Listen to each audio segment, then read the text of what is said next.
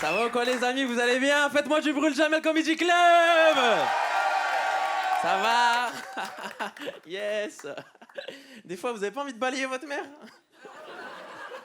Moi, je commence comme ça, c'est ça mon humour, hein, c'est ça. Ma mère, je l'aime de tout mon cœur, c'est la femme de ma vie. Elle m'envoie plein de vidéos sur WhatsApp, 15, 20 vidéos sur WhatsApp. Je lui dis, maman, pourquoi tu m'envoies toutes ces vidéos? Elle me dit comme ça, je les perds pas. Elle croit que je suis sa galerie, vous vous rendez compte ou pas? Dans le salon, elle dit Siri alors qu'elle a un Samsung, je comprends pas, elle a rien compris celle-là. Ma mère, elle a pas d'ex. Wallah. Ma mère, elle a pas d'ex. Ma mère, elle a parlé que avec mon père. Mon père, il s'est marré quelques fois, il a fait quelques bêtises. Ma mère, elle a pas d'ex. Ma mère, c'est pas une mytho. Ma mère, dans ses contacts, Amel lissage brésilien, c'est vraiment Amel lissage brésilien, tu vois. Alors que mon père, tu vois, Amine coiffeur, c'est vraiment Amel lissage brésilien, tu vois, vraiment. C'est pas la même chose. Les amis, moi je me faisais harceler quand j'étais petit. Je me confie à vous du CP jusqu'au lycée parce que j'étais un peu moche, j'étais un peu efféminé. Ça va.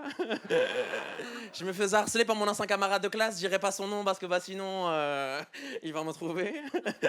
C'était vraiment de l'acharnement ce qu'il faisait Youssef. Et le pire, c'est que moi on m'harcelait et je restais avec les harceleurs. Voilà. Je suis parti voir la psy du collège, elle m'a dit Stéphane, je crois que t'atteins du syndrome de Stockholm.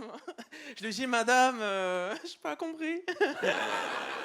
Elle m'a dit c'est comme une femme qui a des violences conjugales avec son homme, mais qui reste avec son homme parce qu'il y a un enfant en jeu. Je lui ai dit j'ai pas compris. Je suis pas voir mon harceleur, je vais dire arrête, il y a le psy qui arrive.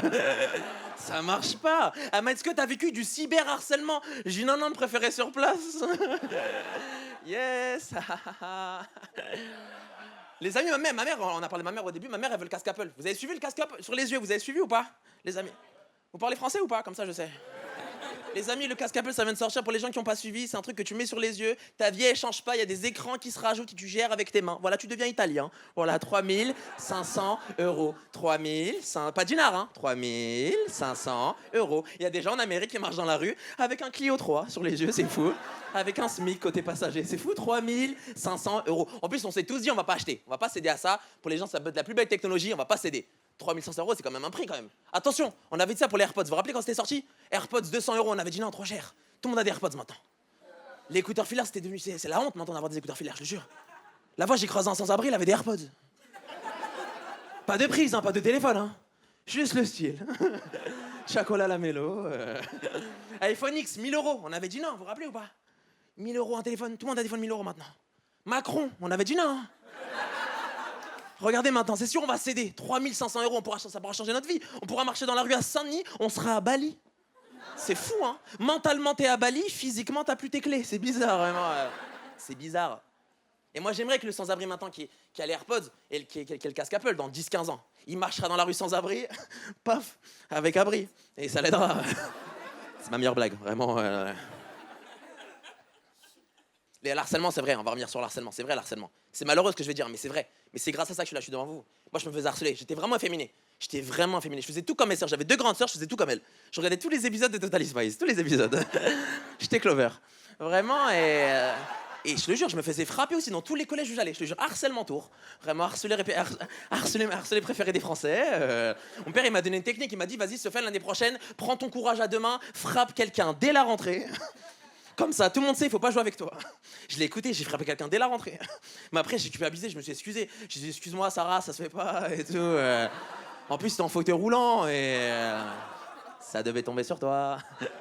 Je te jure. Et c'est malheureux ce que je veux dire, c'est triste. Hein. Mais à ce moment-là de l'harcèlement, je dis qu'en vrai, j'aurais préféré ne plus être un humain. Parce qu'en vrai, nous, les humains, on a des différences. Et nos différences, des fois, ça fait notre force, mais des fois, ça nous permet de se critiquer. Moi, à ce moment-là, j'aurais kiffé être une vache.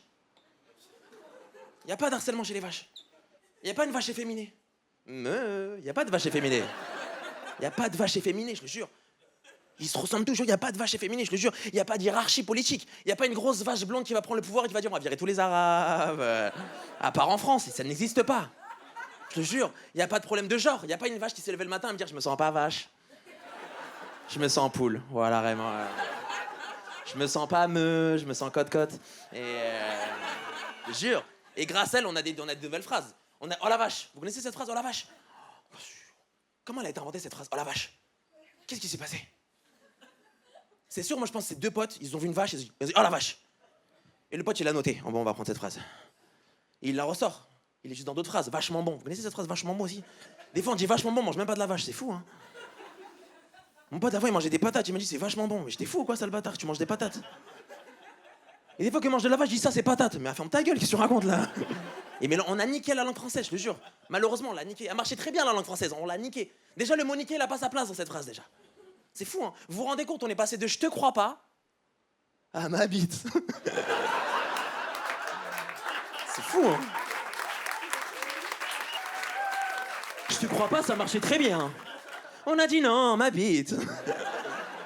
C'est qui la première personne qui a dit ma bite? Il faisait quoi avec son zizi? Je te jure. C'est fou faire ça. Ma bite, ma bite, ma bite.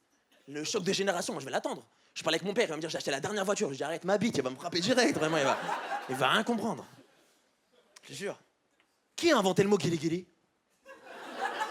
Qui a inventé le mot guili-guili? Il y a plus de blagues, hein, c'est des questions là, vraiment. On vous a déjà fait guili-guili et ça a fait le bruit guili-guili? Moi je pense que le vrai bruit de guili-guili c'est... Arrête. Mais c'est trop long. Du coup, les créateurs ont choisi Gili Gili. Et ça, je me doute que c'est qu'en France, dans d'autres pays, c'est pas ça. En Turquie, c'est Gulu Gulu, c'est sûr. Allez, merci de m'avoir écouté, merci beaucoup les amis, merci beaucoup.